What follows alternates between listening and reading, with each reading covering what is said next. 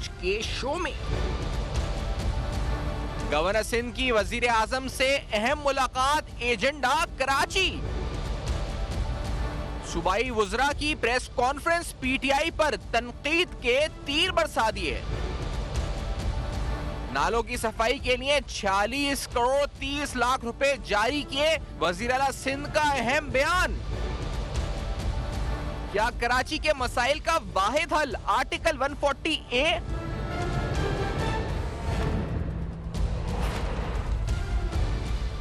अस्सलाम वालेकुम। पस पर्दा हक़ाइक़ सनसनीखेज़ इंकशाफ़ात प्रोग्राम बेनकाब में हूँ आपके साथ सिफ़ान खान। आज बड़ा अहम दिन रहा, वज़ीर आज़म साहब की मुलाकात हुई गवर्नर सिंध से।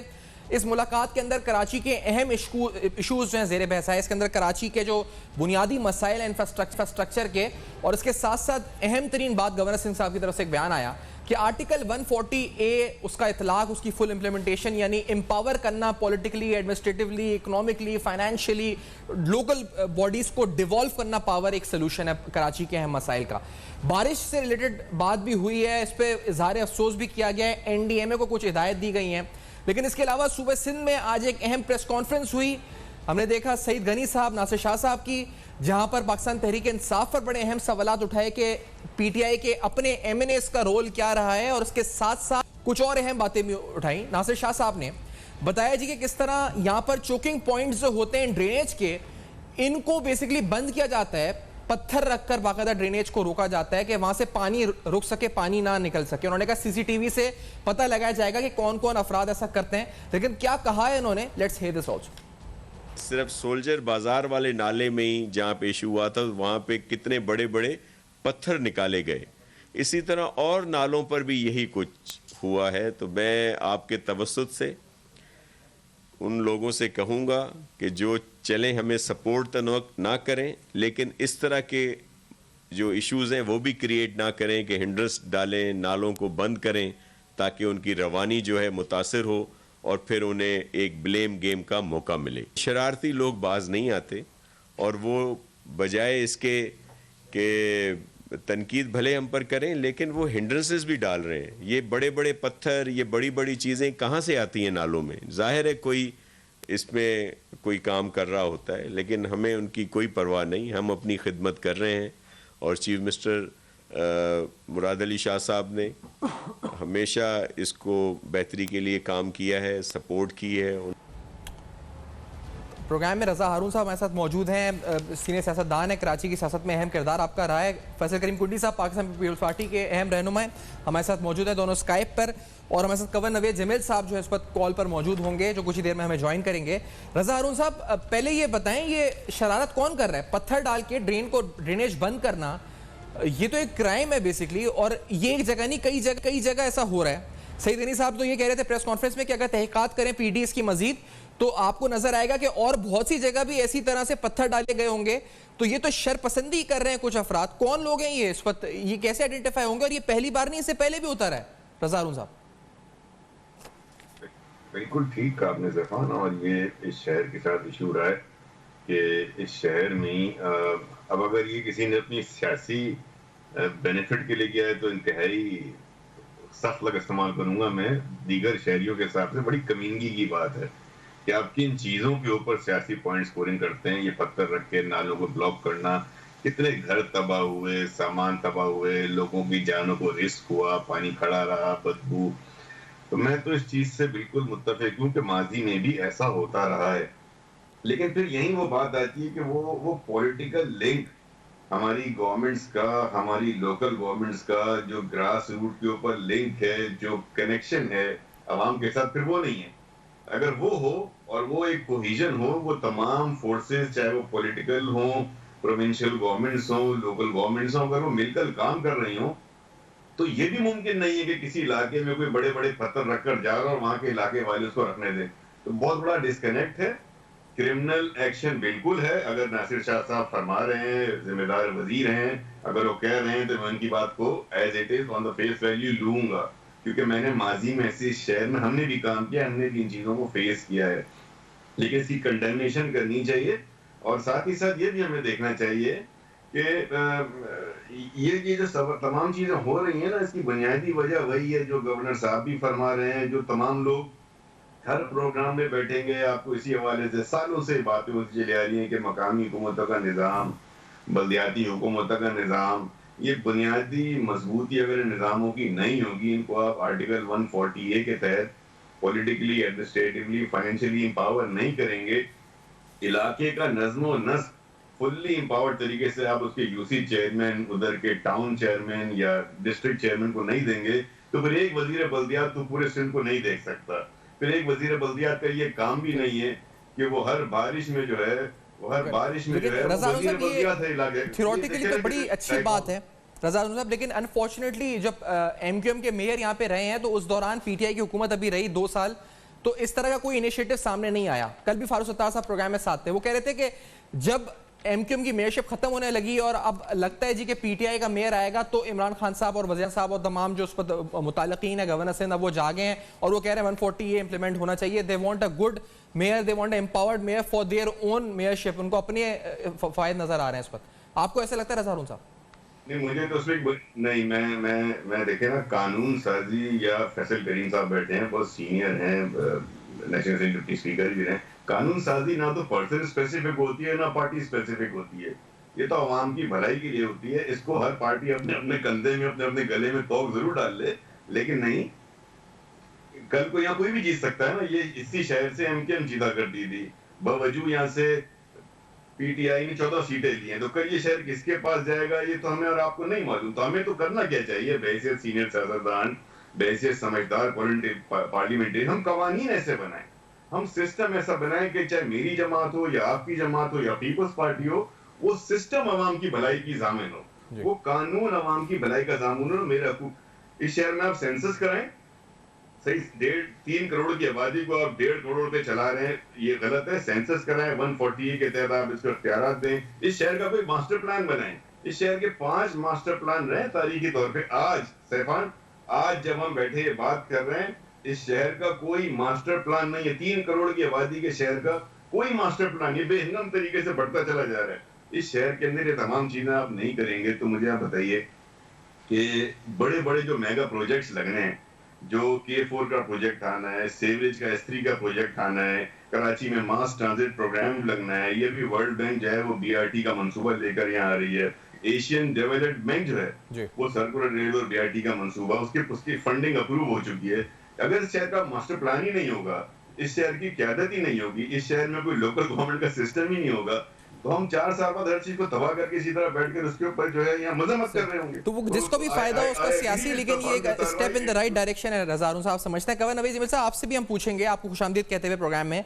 आज डिटेल प्रेस कॉन्फ्रेंस हुई नासिर शाह साहब, सईद गनी साहब की, उन्होंने जिस तरह बताया, बयान किया, उससे तो ऐसा लगा कि कोई मसला था ही नहीं सिंध हुकूमत की तरफ से। उन्होंने इस तरह कहा कि बाज़ लोग शरारत कर रहे हैं, पत्थर डाल देते हैं, वो ड्रेनेज बंद हो जाता है, CCTV से पता करा रहे हैं कौन लोग हैं। पीटीआई के MPAs और पीटीआई के MNAs ने सड़कें बनवाई, NOC नहीं लिया वाटर बोर्ड से, गैर कानूनी तौर पर सड़कें बना दी, सीवरेज का लाइन उससे मुतासिर हुई। तो लगा ये कि यहाँ पर सिंध गवर्नमेंट की तरफ से कोई कुछ भी इस पर गलत नहीं था, ये सब कुछ जो था वो तो शरारती लोगों ने किया या पीटीआई के MPAs और दीगर लोगों ने किया। आपका इस पर क्या मौक़िफ़ है गवर्नर नवीद साहब? देखें, कराची जो पूरे पाकिस्तान का न सिर्फ सबसे बड़ा शहर है बल्कि पाकिस्तान का इकोनॉमिकल इंजन है जी। लेकिन कोई कराची को ओन करने के लिए तैयार नहीं है और हर कोई यह चाहता है कि हम किसी तरह से कराची के अख्तियारात को इनक्रोच कर लें, कराची के अख्तियारात पर कब्जा कर लें। बहुत सारे जमातों ने गवर्नर साहब अगर इजाज़त दें, क्योंकि हमें एक ब्रेक का कहा जा रहा है, इसके बाद अगर हम आपसे इस बात को continue after this very short break, नाज़रीन फैसल कुंडी साहब से भी और MQM का मौक़िफ़ भी शामिल कर रहे हैं। इस ब्रेक के बाद हमारे साथ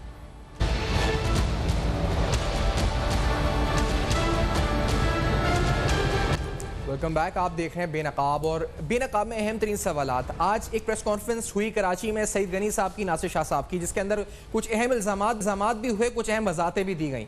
CM सिंध की तरफ से भी बताया गया रेन इमरजेंसी के लिए कितने पैसे जारी किए गए, 46 करोड़ रुपए जारी किए गए। फॉर रेन इमरजेंसीज बताया गया, डीएमसीज को भी अलग से पैसे दिए गए। दूसरी तरफ आज इमरान खान साहब की मुलाकात वज़ीर पाकिस्तान की गवर्नर सिंध से हुई, जहां आर्टिकल 140A ज़ेर बहस आया, दीगर अहम इशूज़ कराची से मुतालिक NDMA को कुछ अहम इस वक्त हिदायतें दी गई। इस तमाम की रोशनी में प्रोग्राम में हम गुफ्तगू कर रहे हैं कराची के इस अहम तरीन मसले पर। बल्दियाती इदारों पर बात हो रही थी, लेकिन गवर्नर जमील साहब, पहले मैंने आपसे पूछा ये पत्थर कौन डाल रहा है? नासिर शाह साहब कह रहे हैं कर रहे हैं, और पीटीआई के एमपीएस पे भी इल्जाम लग रहे हैं कि वो सड़कें गलत बना दी उन्होंने। तो ये सब कुछ सबने ही गलत कर दिया, इसका मतलब क्या हुआ क्या इस पर? देखें ये इसी तरह से गवर्नमेंट एक दूसरे पर इल्जाम धरती रहेंगी और कराची के लोग सफर करते रहेंगे। इस वक्त जो पीपल्स पार्टी ने जो बल्दियाती वो बनाया है, लोकल गवर्नमेंट एक्ट बनाया है, उसमें वाटर बोर्ड के पास सीवरेज और वाटर सप्लाई की जिम्मेदारी है, वो हुकूमत सिंध के पास है। उसने एक सॉलिड वेस्ट बनाया है जिसकी गार्बेज को उठाने की जिम्मेदारी है। उसने एक और डिपार्टमेंट बनाया है मास्टर प्लान, वो हुकूमत सिंध के पास है। उसने एक और डिपार्टमेंट बनाया है सिंध बिल्डिंग कंट्रोल अथॉरिटी, जो अपना बिल्डिंग कंट्रोल, तमाम बिल्डिंग्स की तमाम नक्शाजात पास करना, वो हुकूमत सिंध की जिम्मेदारी है। उसने एक और डिपार्टमेंट है KDA, कराची डेवलपमेंट अथॉरिटी, जिसका काम कराची में तामीरात की जो डेवलपमेंट करवाना है, वो हुकूमत सिंध के पास है। जब वो कराची के लोगों को कोई अख्तियार ही नहीं देंगे, वो अपने पास से बैठ के, इन तमाम के वुज़रा में से कराची का कोई वजीर नहीं है, ये सब के सब कराची के बाहर के हैं। तो कराची के साथ यही होना है। कराची का सबसे जो सारे मसाइल का हल, कराची को खुद एक इंडिपेंडेंट एडमिनिस्ट्रेटिव यूनिट है। जब तक कराची खुद एक एडमिनिस्ट्रेटिव यूनिट नहीं होगा, उसके वसाइल उसके पास नहीं होंगे, उसके फैसला करने के अख्तियारात कराची के लोगों के नहीं होंगे। इसी तरह से कराची के लोग, कराची के रहने वाले इसी तरह दर बदर होते रहेंगे। MQM की 148 जिसका अभी आप जिक्र कर रहे थे, 4 साल से सुप्रीम कोर्ट में सिसक रही है ये। अब जो अभी मेरे भाई कह रहे थे कि कराची की 3 करोड़ आबादी है, ये सेंसस के ऊपर MQM की पिटीशन 4 साल से सुप्रीम कोर्ट में सिसक रही है। हम परेशान हैं कि ये कराची जो पूरे पाकिस्तान को चला रहा है, पूरे सिंध को चला रहा है। जो डीएमसी है, जैसे डीएमसी सेंटर है, डीएमसी वेस्ट भी है, तो डीएमसी सेंटर में अभी नासिर शाह साहब ने कल भी बोला ट्वीट में कि 40 साल से कौन उधर इस पर किसके कौन हाकिम है, किसके पास इख्तियारात हैं, सब जानते हैं। डीएमसी सेंटर अभी रेहान आजमी साहब के, तो वो ये वहां के इख्तियारात तो आपके पास हैं सफाई करने के, ड्रेनेज के, या फिर नहीं? अगर देखें, अब आप जो 40 साल से, ये 40 साल में से 12 साल जो है वो पीपल्स पार्टी की हुकूमत बैठी है, जिसने सुप्रीम कोर्ट के डंडे पे तो वो करा दिया, इलेक्शन करा दिया। इस इलेक्शन में मैंने आपको ये बताया ना, ये सारे इदारे मौजूद हैं जो बराह रास्त हुकूमत सिंध देख रही है। इनको देखते हुए कोई बल्दियाती इदारा क्या कर सकता है? इसलिए कि ये चाहते नहीं है, ये समझते हैं कि कराची उनका हिस्सा नहीं है, कराची एक लूट का माल है कि यहाँ से लूट कर ले जाओ। हमें गिला पाकिस्तान के दीगर इदारों से, हमें बार-बार मुस्तफा कमाल साहब टीवी पे आते हैं, वो कहते हैं कि ये सफाई करना कोई इतना टेक्निकली मुश्किल काम नहीं है, ना फाइनेंशियली इसमें इतनी ज्यादा रिसोर्सेज की जरूरत है। ये अगर डीएमसी की नियत हो तो वो खुद जाएं, साफ कर सकते हैं, केएमसी साफ कर सकता है। कोई इतनी इसमें वो मेयर रह चुके हैं, कहते हैं मैं पानी के अंदर उतरता था, खुद होता था, आधे आधे पानी में डूब के करता था सफाई। तो ये तो हम सुनते हैं बार बार ये वाली बातें। जी देखिए, मुस्तफा कमाल साहब हमारे भाई हैं, उन्हें MQM ने नाजिम बनाया था ना, उनके पीछे पूरी MQM थी, तो उनके पास इतने वसाइल थे, इतने रिसोर्सेस थे कि उन्होंने काम कर लिया। अब वो नहीं, अगर ये उनका क्रेडिट होता तो कराची के लोग उन्हें रिजेक्ट थोड़ी करते थे। मेरे मुकाबले पर वो MP के इलेक्शन में थे 5वें नंबर पर आए वो। तो देखिए, ये तो बात देखिए, उसके बाद जब आपके पास टास्क करना हो तो आप जितना चाहे किसी पर अपना क्रिटिसाइज कर लें, जितनी से चाहे तावीलें दे दें, लेकिन मैं जो आपको बात कर रहा हूँ, ये सारे फैक्ट्स हैं कि ये बल्दियाती जो इदारे हैं उनको आप पैसा ना दें। ये डिस्ट्रिक्ट सेंट्रल के मुलाजमीन को 3-3 महीने से तनख्वाहें नहीं मिली हैं। जो लोग गटरों में उतरते हैं, उन जमरदारों को तनख्वाहें नहीं मिलती हैं। तो आप इस DMC से उसके सारे वसाइल पे हुकूमत ने कब्जा कर गए। सिर्फ इस साल जो वफाक को कराची टैक्स देता है इसके अलावा 321 अरब रुपए सूबाई हुकूमत ने कराची से कलेक्ट किए और 1 अरब रुपए नालों की सफाई के लिए वो वर्ल्ड बैंक के इंतजार में थी कि वर्ल्ड बैंक इनको पैसे देगा, और वो उन्होंने कमिश्नर को दिए, वो उन्होंने डिप्टी कमिश्नर को दिए, वो कमिश्नर से वापस हुकूमत सिंध के पास चले गए, और जिसका नतीजा ये है। सही। तो ऐसी जो जैसे लैक ऑफ पावर है, कुछ भी नहीं है, तो आप लोगों को वही बात है, रिजाइन कर देना चाहिए था। लेकिन मैं पहले फैसल गुंडी साहब आपको भी शामिल करेंगे गुफ्तगू में। अभी आप अगर सुन रहे हैं, आप तक आवाज आई कमर साहब ने कहा जी कि हमारे पास यहाँ पर बल्दियाती इदारों के पास पावर नहीं है, और ये बात सही भी है। 140 है कि इमरान खान साहब भी आज बात कर रहे हैं। क्यों नहीं पीपल्स पार्टी तो जमहूरियत की बात करती है, तो खुद क्यों पीपल्स पार्टी यहाँ पर सूबे सिंध में वो जमहूरियत उसका इतलाक नहीं करती जो एक ट्रू डेमोक्रेसी है, लोकल गवर्नमेंट? कुंडी साहब। बिस्मिल्लाहिर्रहमानिर्रहीम। देखें, मैंने भी कंवर भाई की बात सुनी, मैंने रजा भाई की भी बात सुनी, कंवर भाई ने बड़ी बात की। देखें, लोकल गवर्नमेंट सिस्टम का इलेक्शन का जो है अभी भी देखें, अगर आप देखें कराची का मेयर इस वक्त भी पीपल्स पार्टी के अपोजिट पार्टी के, लेकिन इस वक्त वो मौजूद हैं, काम कर रहे हैं। हम ये समझते हैं कि लोकल गवर्नमेंट में बेहतरी आ सकती है। मैं ये नहीं कहता हूँ कि लोकल गवर्नमेंट को 100% जो है वो सिंध का ठीक है। इन्होंने तजावीज़ दी हैं, बिल्कुल हम हमेशा पॉजिटिव तजावीज़ को वेलकम करते हैं। हम इस पे बैठ सकते हैं, बात कर सकते हैं, क्योंकि गालिबन अगस्त में हमारा टाइम खत्म हो रहा है सिंध के लोकल गवर्नमेंट सिस्टम का, और फिर हम इलेक्शन भी करवाएंगे।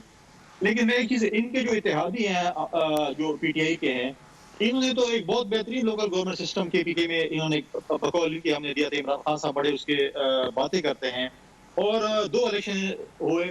अभी पिछले अगस्त में हमारा जो है वो लोकल बॉडीज का टाइम खत्म हो गया, और आज तक ये दोबारा इलेक्शन नहीं करा सके। अगर बहुत बेहतरीन सिस्टम था तो आज तक इलेक्शन क्यों नहीं कराया? फिर इनको जो है पंजाब की जो है लोकल गवर्नमेंट सिस्टम पसंद नहीं आया, उनके चेहरे पसंद नहीं है, उन्होंने वो डिसॉल्व कर दिए और नहीं रहने दिया। हालांकि चाहिए था ये पॉलिटिकल मैच्योरिटी दिखाते, अपना टाइम पूरा करते, इलेक्शन कराते, फिर अगर लोग इनको PTI को मुंतखब करना चाहती है, किसी और जमात को मुंतखब करना चाहती है, वो आ जाते। लेकिन सिंध में हमने कम से कम अपने ओपोनेंट्स को जो है वो अपने ओहदे से नहीं हटाया। हाँ, मैं बिल्कुल ये समझता हूँ कि लोकल गवर्नमेंट सिस्टम में बेहतरी आ सकती है। कंवर साहब ने बात की है, बिल्कुल हम बैठेंगे, हम सियासी जमातों को बिठाएंगे, हम लोकल गवर्नमेंट सिस्टम में उससे पहले से ज्यादा बेहतरी लाने की कोशिश करेंगे, ताकि देखिए गलतियों से बंदा सीखते और बेहतरी आ सकती है। जहाँ तक बारिश की बात है, बिल्कुल हम कहते हैं ये भी हमारी सिंध में रहते हैं, बाकी जमातें भी सिंध में रहती हैं। चाहिए तो ये था जैसे पहले दिन जब कोरोना के इशू आए या बाकी इशू आए, पीपल्स पार्टी की सिंध की गवर्नमेंट ने हमेशा मरकज को हमेशा वेलकम किया कि इस मुश्किल में हम आपके साथ खड़े होते हैं। आज अगर सिंध में था तो आज चाहिए ये था कि सिंध के MNA, सिंध के MPA, सिंध के वजीर जो इस वक्त मरकज में बैठे हैं, जो गवर्नर साहब हैं, वो सारे मिल के ये काम करते हैं। और कराची के लोगों का देखिए, कराची के लोगों ने हमें तो बहुत कम मैंडेट, लेकिन MKM के भाइयों को, PTI को इन्होंने वहां पर वोट दिए हैं। हम इकट्ठे मिलकर काम करते तो उनको नजर आता है कि ये लोग हमारे साथ आज सारे शाना बशाना खड़े हैं। इलेक्शन है, पॉलिटिक्स है, आज हमें वोट दे रहे हैं, कल किसी और को वोट देंगे, परसों में वोट देंगे, चलता रहता है। लेकिन हमें इस पे इशू नहीं करना चाहिए। देखिए गुंडी साहब, ये वाली बात आपकी ना कि साथ बैठे और सब बात करें। गुंडी साहब, ये वाली बात तो बात ही अपनी रही। उनका तो मेयरशिप खत्म होने वाली है, टेन्योर खत्म होने वाला है। वो पूरे 2-2.5 साल से हम यही वो सुन रहे हैं कि वो ये रो रहे हैं, इख्तियारात नहीं है, तो वो तो टाइम भी निकल गया उस बात का कि आप बैठेंगे और ये करेंगे। जी देखिए, मैं फ्यूचर की बात कर रहा हूँ। अगर बात करने को आ जाए तो KPK में या पंजाब में ये तो किसी के साथ बैठने पसंद नहीं करते इनके इत्तेहादी। फिर देखिए, इस दफा पहले MKM कराची का मतलब है मेजोरिटी सीटें जीती थी, अब खुदा की शान है कि 9-0 की सीट भी जो है वो PTI जीत गई है। अब मतलब है कि ये चीजें होती रहती हैं।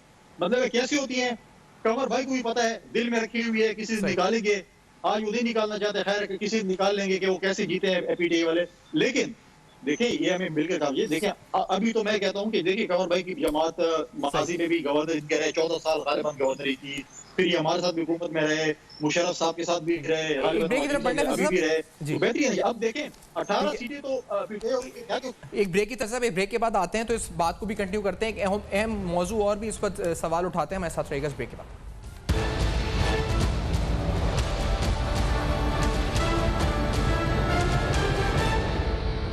Welcome back. आप देख रहे हैं बेनकाब। बेनकाब में आपको एक और भी अहम तरीन बात बताते चले, क्योंकि आज हमने देखा कि ऐवान से, कौमी असम्बली से दो अहम बिल्स ही पास हुए। फाइनेंशियल एक्शन टास्क फोर्स के हवाले से ये बड़ी अहम डेवलपमेंट्स हैं कि इस हवाले से दो अहम बिल, इंसदाद दहशतगर्दी बिल, सिक्योरिटी काउंसिल तरमीमी बिल 2020, ये दोनों असरत राय से मंजूर हुए। ये भी बड़ी अहम तरीन पेशरत इसलिए है क्योंकि पाकिस्तान को अभी भी शाह महमूद कुरैशी साहब ने कुछ देर कबल का वज़ीर ख़ारजा ने कि भारत मुसलसल चाहता है कि पाकिस्तान ब्लैक लिस्ट में आ जाए। पाकिस्तान में जो काउंटर टेररिज्म, जो टेररिज्म फाइनेंसिंग है उसके लॉज, मनी लॉन्ड्रिंग के लॉज, इस हवाले से जो इस वक्त पाकिस्तान पे तनकीद होती रही है, जिस वजह से पाकिस्तान ग्रे लिस्ट में आया, इस पर इस वक्त गुफ्तगू शहजाद अकबर साहब ने भी की और उन्होंने कहा कि किस तरह से साबका हुक्मरानों की गलतियों की वजह से हम इसमें आए या फाल नहीं थे एंटी करप्शन लॉज, इस वजह से हम लोग 2018 के से पहले इस ग्रे लिस्ट में आए।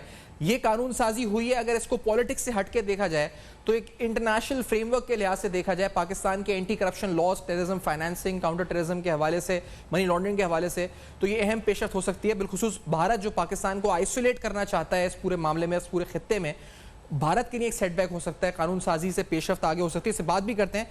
रजा हारून साहब, पहले आज जो ये बिल हुआ है असेंबली में मंजूर फाइनेंशियल एक्शन टास्क फोर्स के हवाले से, आपकी क्या राय होगी? क्योंकि पाकिस्तान को मुसलसल कोशिश तो है ब्लैकलिस्ट करने की भारत की, आज एक कानून साजी तो हुई है। अपोजिशन, शाह महमूद साहब ने कहा कि अपोजिशन तो चाहती थी कि नैब का तरमीमी बिल जो है वो उस पर इस ब्लैकमेल कर रही थी अपोजिशन उनको कि उस पर तरमीम कर दें इस आड़ में, लेकिन ये हो गया और वो कहते हैं मैं ब्लैकमेल ना करें। लेकिन एक अहम डेवलपमेंट तो है फाइनेंशियल एक्शन टास्क फोर्स के हवाले से कानून साजी। रजा हारून साहब। जी बिल्कुल है, और हम सब जानते हैं जो खासतौर पे वो लोग जो पाकिस्तान से अलावा पाकिस्तान के बाहर इंटरनेशनल मीडिया की खबरें पढ़ते हैं और जो परसेप्शन है पाकिस्तान का, पॉपुलर परसेप्शन जो बाहर है, वो तो कोई बहुत अच्छा नहीं है। हमारे जो डिप्लोमेट्स हैं, जो हमारे फॉरेन मिशंस हैं, उनका रोल भी कोई बहुत ज़्यादा काबिल सिताइश नहीं है। और ये एक इंटरनेशनल ऑब्लिगेशन है आपके ऊपर। सारी दुनिया में, बरतानिया में, अमेरिका में इस तरह के कवानीन जो हैं वो 9/11 के बाद आपको पता है सैफान के सारे ममालिक ने अपनी कानून साजी जो है वो तब्दील की थी। सब कवानीन लेकर आए हैं और एक रुपए की, एक पाउंड की, $1 की भी जो है वो मनी लॉन्ड्रिंग में बड़ी हैसियत हो जाती है, मनी लॉन्ड्रिंग में शुमार हो जाता है। जरूरत इस बात की है कि बैनुल-अक़वामी कवानीन को अडॉप्ट करते हुए हमें इस बात का ख्याल रखना है कि हमारा भी एक एनवायरनमेंट है, एक हमारे मुल्क के अंदर की एक लोकलाइज और नेशनल सिचुएशन है। उसमें कहीं हम बहुत ज्यादा जो हमें खदशात रहते हैं ज्यादातर सियासतदानों को, रहनुमाओं को या हुकूमती अदारों को, वो ये कि इनका मिसयूज ना हो। कानून बना लेना बहुत अच्छी बात है, लेकिन उसके अंदर जो मिसयूज के कॉन्सेप्ट होते हैं, खासतौर पे हमारे इंसानी हकूक की जो वायलेशन होती हैं, मेरे और आपके जो आईनी और कानूनी हकूक हैं, जमहूरी हकूक हैं, मेरे जो बुनियादी इंसानी हकूक हैं, जो आइन जिनकी जमानत देता है, उनको हिट ना किया जाए, तो मैं समझता हूँ बिल्कुल करना चाहिए। हमारा परसेप्शन भी बहुत अच्छा नहीं है, लेकिन साथ में हमारी लॉबिंग बड़ी मजबूत होनी चाहिए। हम कानून साजी तो कर लेते हैं, लेकिन मैं जैसे नैब का इदारा है, अब नैब के इदारे का कानून वैसे आप पढ़े तो बहुत अच्छी चीज है, लेकिन उसका जो इतलाक हो रहा है और जिस तरीके से उसका वन साइडेड एग्जीक्यूशन हो रही है, वो उस पूरे कानून पे एक बहुत बड़ा सवालिया निशान बना देता है। इसी तरह FATF के लिए अगर इकोनॉमिक दहशतगर्दी के लफ्ज को इस्तेमाल करना चाहते हैं तो उसकी इंटरप्रिटेशन को फिर ओपन ना छोड़ दें।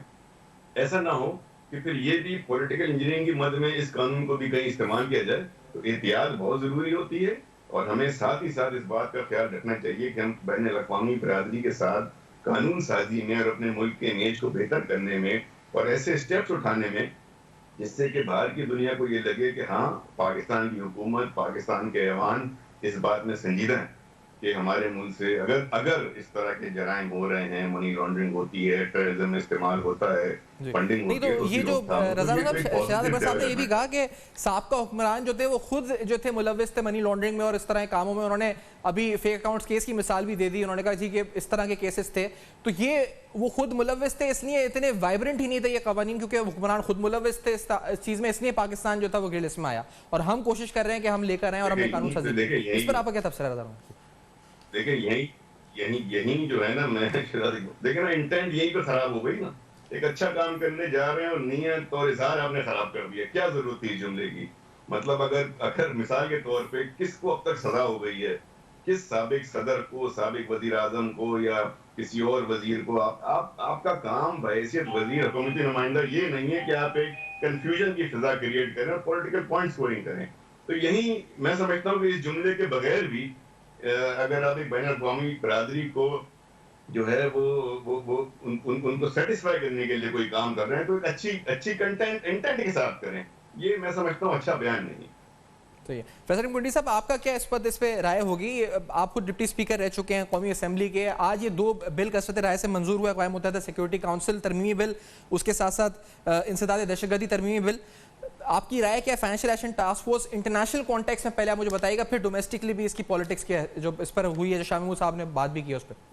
कुंडी साहब देखिए, इंटरनेशनल तो बिल्कुल ही FATF के हवाले से जो था उसके हमने पहले दिन से ये कहा था, पाकिस्तान पीपल्स पार्टी का एक पॉइंट ऑफ व्यू था कि इंटरनेशनल पाकिस्तान के जितने डिस्टेंस होगा हम उसके साथ खड़े होंगे।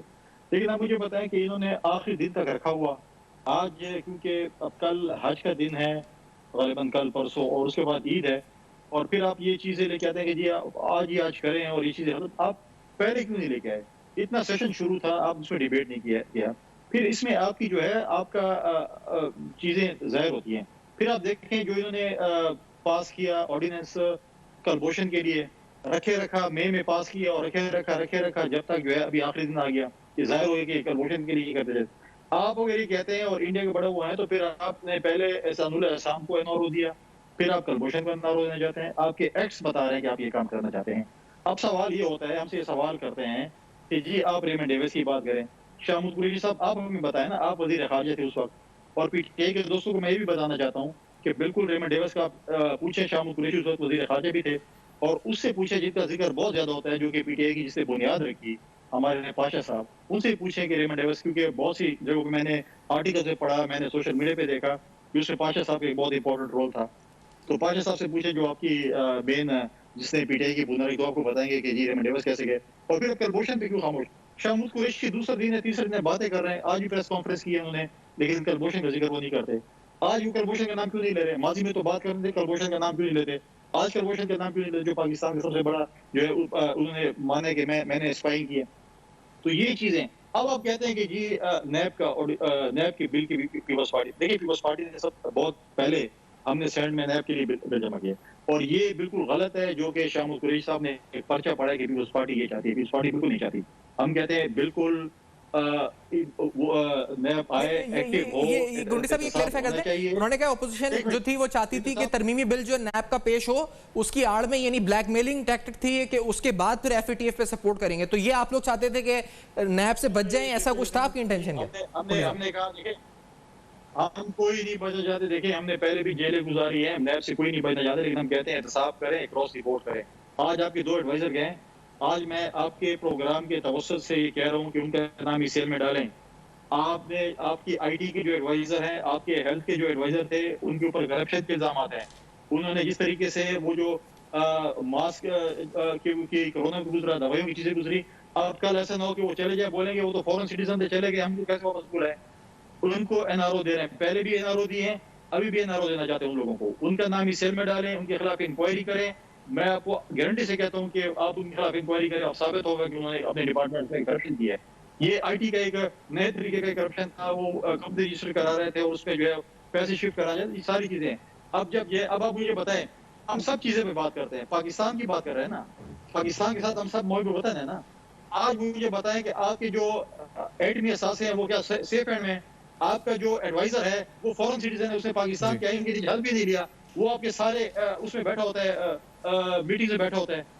वो कल तक इंडिया की तर्जुमानी कर रहा था अमेरिका में बैठ के, आज वो पाकिस्तान की तर्जुमानी कर रहा है। कौन से आइन के नीचे रख लिया है? कल जो है हुकूमत खत्म होगी, जैसे हमारे कोर्ट ने कहा, वो बैग उठा के चला जाएगा, और आपके सारे आदमी असासों की जो भी इम्पोर्टेंट मीटिंग होती है आपकी सिक्योरिटी के हवाले से, उसके अंदर बैठा होता है। क्या गारंटी आपके पास कि वो आपका बंदा है? तो ये चीजें आप डिस्कस, ठीक है। तो आपने ECL में डालने का मुतालबा कर दिया दोनों नामों को।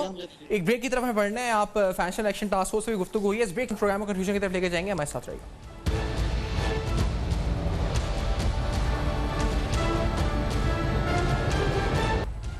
वेलकम बैक, आप देख रहे हैं बेनकाब। कुछ ही देर कबल एक अहम तरीन प्रेस कॉन्फ्रेंस हुई शाह महमूद कुरैशी साहब, शहजाद अकबर साहब की तरफ से, जिसके अंदर बताया गया किस तरह फैटफ के हवाले से 2 अहम कानून साजी आज कसरत राय से मंजूर हुई। ये दोनों अहम कानून साजी पाकिस्तान को इंटरनेशनल लेवल के ऊपर, भारत की कोशिश है कि पाकिस्तान ब्लैकलिस्ट हो जाए जो फाइनेंशियल एक्शन टास्क फोर्स है उसकी लिस्ट में, और पाकिस्तान में मजीद कदगने लग जाएं, मजीद पाबंदियां लग जाएं, इस हवाले से अहम पेशरफ्त है। पाकिस्तान जून 2018 में ग्रे लिस्ट में आया था फाइनेंशियल एक्शन टास्क फोर्स की, जिसके बाद पाकिस्तान को 27 एक्शन प्लान आइटम्स दिए गए थे, जिनमें से कहा जाता है कि अब तक पाकिस्तान 14 पर कंप्लाइंट है और 1 साल की डेडलाइन दी गई थी। इसके बाद इसमें एक्सटेंशंस हुई।